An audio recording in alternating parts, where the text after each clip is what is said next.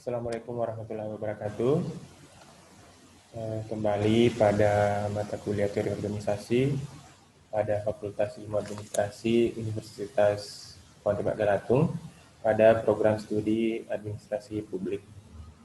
Pada pertemuan kali ini saya akan membahas salah satu tugas kelompok dari kelas semester 3 kelas D mengenai bentuk-bentuk organisasi. Di sini ada 6 anggota kelompok. Yang pertama ada Rizka, Sulistiani, Sri Rahayu, Maya Ramadana, Firda Ayu Andira, dan Muhammad Askar.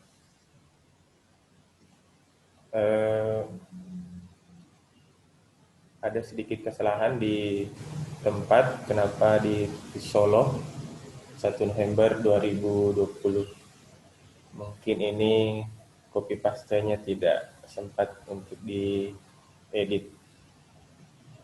Lanjut ke tema-tema yang dibahas pada makalah teori organisasi ini mengenai bentuk-bentuk organisasi. Di sini di daftar isi bisa dilihat ada organisasi bentuk lini, ada organisasi bentuk fungsional, ada organisasi bentuk lini dan staff, dan ada organisasi bentuk panitia.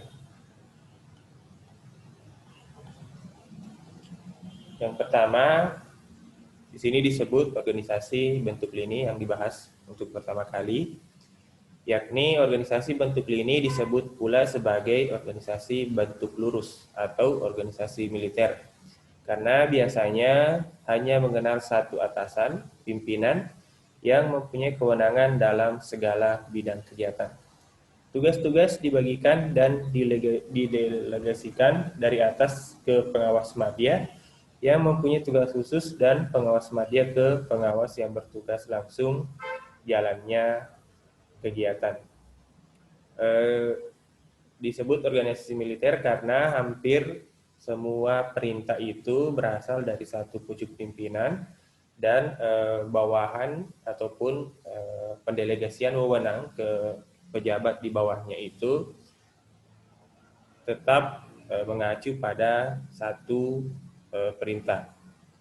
Jadi hampir tidak ada wewenang yang besar atau hampir tidak ada pengambilan keputusan yang bisa diambil oleh pejabat di bawah pucuk pimpinan apabila tidak disetujui dulu oleh pimpinan.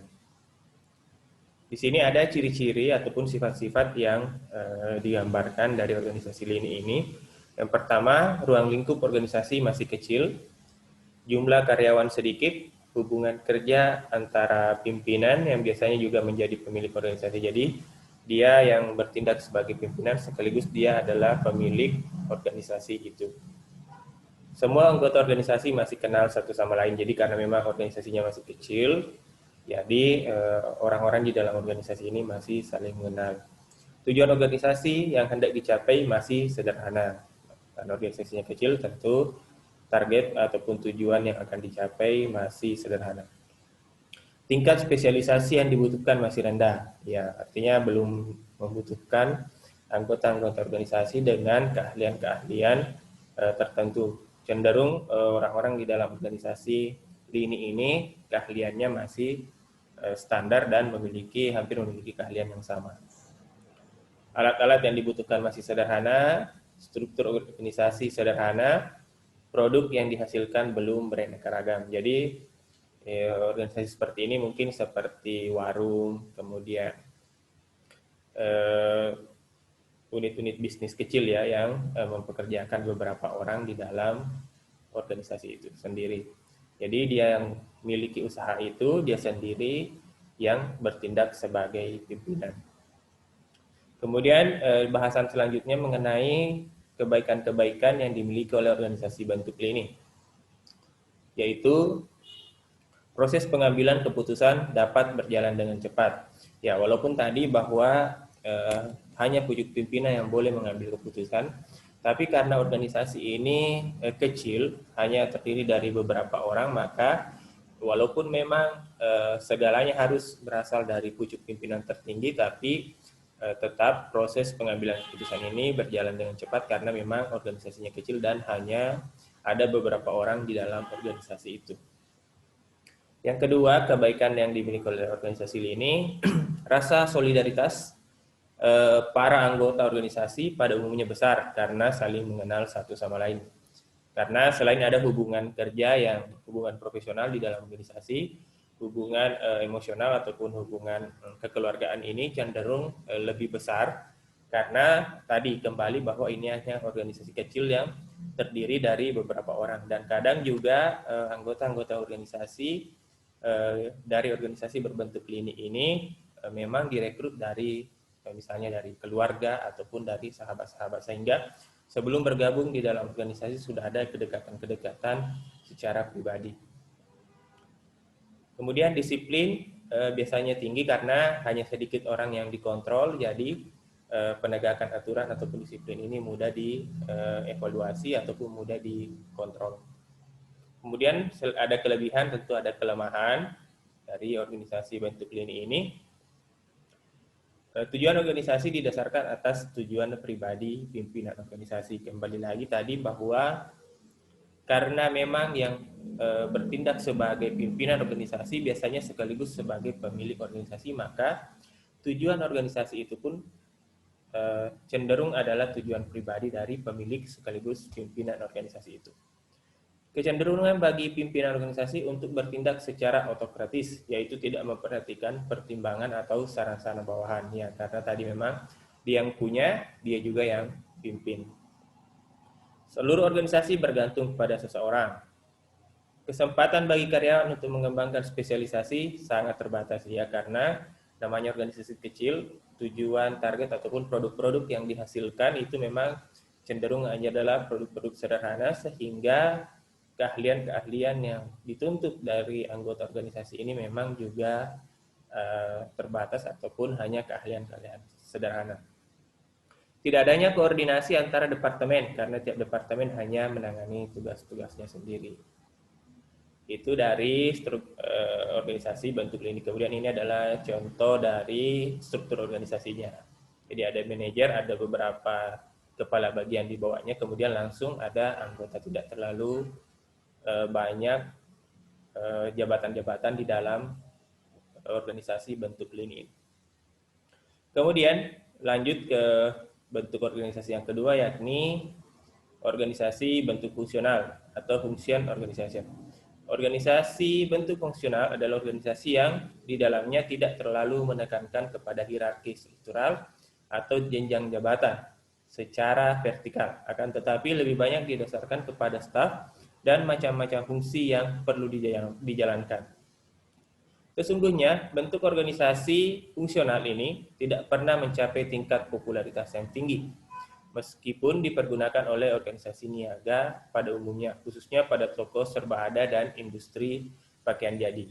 Jadi kalau dia toko-toko seperti supermarket ataupun industri pakaian jadi, misalnya seperti Matahari atau kalau di Sengkang ada Borobudur, ini cenderung menggunakan organisasi bentuk fungsional. Jadi peran staf ataupun anggota organisasi artinya ini terlalu punya peran yang sangat besar karena mereka lah yang bersentuhan langsung dengan konsumen.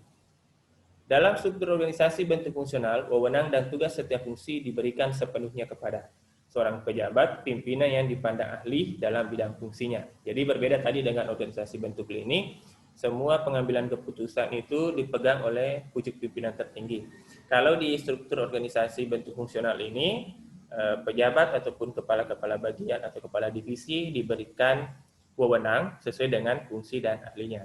Ya paling tidak kalau organisasi niaga atau tadi contohnya toko serba ada tentunya bagian pemasaran, ada bagian kepegawaian, ada bagian gudang dan sebagainya, itu mereka punya wewenang tersendiri atas unit kerja yang mereka pimpin. Kemudian ini contoh organisasi bentuk fungsional di mana pertama kali diperkenalkan oleh Frederick Winslow Taylor pada pabrik di Amerika Serikat. Jadi ada pembagian fungsi dari pimpinan-pimpinan fungsional. Jadi ada 8 contoh pimpinan fungsional di dalam organisasi ini di pabrik yang dicontohkan. Jadi ada bagian produksi, ada bagian kecepatan dan ketepatan, ada penilik atau pengawas, ada orang yang sebagai perawat mesin, ada yang bertanggung jawab atas aliran pekerjaan, ada tata cara dan persyaratan kerja, ada pengatur waktu dan biaya, dan ada pengatur disiplin kerja. Jadi ini memiliki masing-masing tugas dan wewenang maupun hak dalam pengambilan keputusan di unit-unit yang mereka pimpin. Kemudian ini kelebihan organisasi fungsional, ini spesialisasi petugas dipergunakan semaksimal mungkin, jadi dituntut keahlian anggota-anggota organisasi atau pegawai-pegawai di dalam organisasi untuk terus meningkatkan keahlian atau spesialisasi yang dimiliki, karena tadi pasti terdiri dari banyak bagian. Kemudian solidaritas juga tinggi, moral dan disiplin juga tinggi, koordinasi sangat mudah dilakukan karena itu tadi ada banyak bagian dan mereka saling terkait walaupun mereka memiliki masing-masing fungsi dan keahlian. Kemudian ada juga kelemahan. Karyawan terlalu menspesialisasikan diri di dalam bidang kegiatan tertentu sehingga sulit diadakan pertukaran tugas. Jadi kalau dia sudah berada di bagian produksi, biasanya dia kesulitan kalau misalnya dipindahkan ke bagian pemasaran. Jadi itu salah satu kelemahannya. Orang-orang yang bergerak dalam satu bidang fungsi tertentu terlalu mementingkan fungsinya, sehingga koordinasi yang bersifat menyeluruh sukar dilakukan. Jadi walaupun tadi disebut bahwa wajib ada koordinasi antar lini ataupun antar bagian, tapi memang salah satu kelemahannya karena terlalu besar organisasinya, terlalu banyak bagian-bagian di dalamnya, maka koordinasi secara menyeluruh ini sukar dilakukan. Kemudian lanjut ke bentuk, ini adalah contoh struktur organisasinya ya. Ada direktur, kemudian ada banyak kepala-kepala divisi di bawahnya. Ini ada bagian keuangan, ada operasional, ada pemasaran, ada produksi, ada bagian sumber daya manusia yang nanti membawahi beberapa karyawan di bawahnya. Kemudian selanjutnya bentuk organisasi ketiga yang dibahas pada makalah ini yakni organisasi bentuk lini dan staf. Di sini disebutkan ciri-cirinya, organisasinya besar dan kompleks, jumlah karyawannya banyak, hubungan kerja bersifat langsung, tidak mungkin bagi seluruh anggota organisasi. Jadi tidak mungkin karena jumlah karyawan tadi banyak, maka tidak mungkin ada hubungan face to face ataupun pertemuan antar seluruh karyawan yang bisa dilakukan. Kemudian terdapat dua kelompok karyawan dalam organisasi, yaitu sekelompok karyawan yang melaksanakan tugas organisasi dalam rangka pencapaian tujuan organisasi. Orang-orang ini disebut orang lain personal. Sekelompok karyawan bersifat tugasnya memberikan bantuan dalam pelaksanaan tugas pokok, baik karena keahliannya dalam memberikan nasihat seperti ahli teknik atau ahli pemasaran. Nah, kemudian di sini ada kelebihan organisasi bentuk lini dan staf, ada pembagian tugas yang jelas antara orang-orang yang melaksanakan tugas pokok dengan orang-orang yang melaksanakan tugas bantuan sebagai penunjang. Jadi ada pembagian tugas yang jelas antara pelaksana tugas pokok dan yang membantu dalam pelaksanaan tugas-tugas tersebut. Bakat-bakat yang berbeda dari para anggota organisasi dapat dikembangkan menjadi suatu spesialisasi. Jadi karena tadi ada yang bertugas sebagai penanggung jawab pokok suatu pekerjaan dan ada yang bertugas sebagai pembantu, maka yang bersifat tadi sebagai pembantu ini bisa meningkatkan keahliannya menjadi ahli di dalam bidang pekerjaan tersebut karena tadi ada kesempatan untuk meningkatkan spesialisasi mereka. Disiplin moral biasanya tinggi, koordinasi kelompok mudah dijalankan,